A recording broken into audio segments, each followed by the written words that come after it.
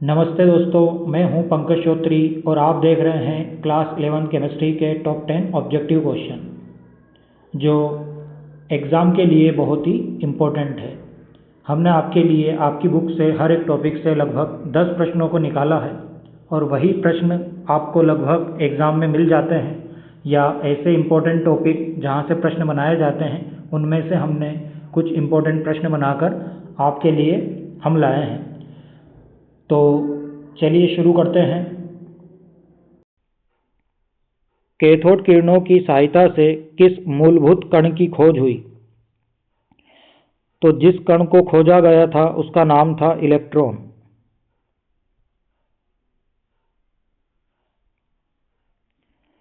अगला प्रश्न है, कैथोड किरणों के बारे में निम्न में से कौन सा कथन सही है? तो इसके लिए जो कथन होगा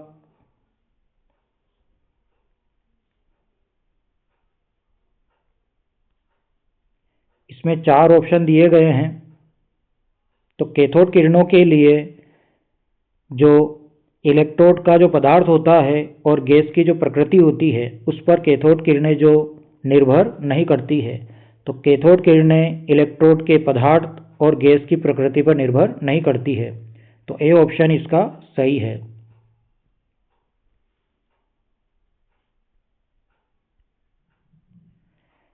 अगला प्रश्न है, कैथोड किरणों का द्रव्यमान और आवेश का अनुपात किस वैज्ञानिक ने मापा था? तो उनका नाम है जे थॉमसन। इन्होंने द्रव्यमान और आवेश के अनुपात को ज्ञात किया था। अगला प्रश्न है, इलेक्ट्रॉन का द्रव्यमान लगभग कितना होता है? तो इसका मान होता है 9.1 × 10⁻³ किलोग्राम। अगला प्रश्न है, इलेक्ट्रॉन का द्रव्यमान प्रोटॉन की तुलना में लगभग कितना होता है? तो यह होता है 1/1837 गुना।